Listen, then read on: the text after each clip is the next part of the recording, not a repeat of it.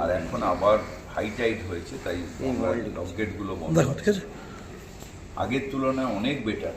যে 264 মিলিমিটার বৃষ্টি হয়েছে, সেই তুলনায় ওয়াটার লগিং ম্যানেজমেন্টটা কলকাতা পৌরসভা রিমার্কেবল ভালো করেছে। বেশিরভাগ কিছু জায়গায় নিচু জায়গায়, কিছু জায়গায় প্লাস্টিকের জন্য গালিপিট আটকে রয়েছে, কিছু জায়গায় ওখানে মানে একদম নিচু জায়গায় যেখানে চারিদিকে জল আসছে, এরকম কিছু জায়গায় ছাড়া, আর নিশ্চিতভাবে ঠনটনিয়া কালীবাড়ি ছাড়া, আমার স্ট্রিট ছাড়া বাদ বাকি সব জায়গায় কিন্তু জল নেই।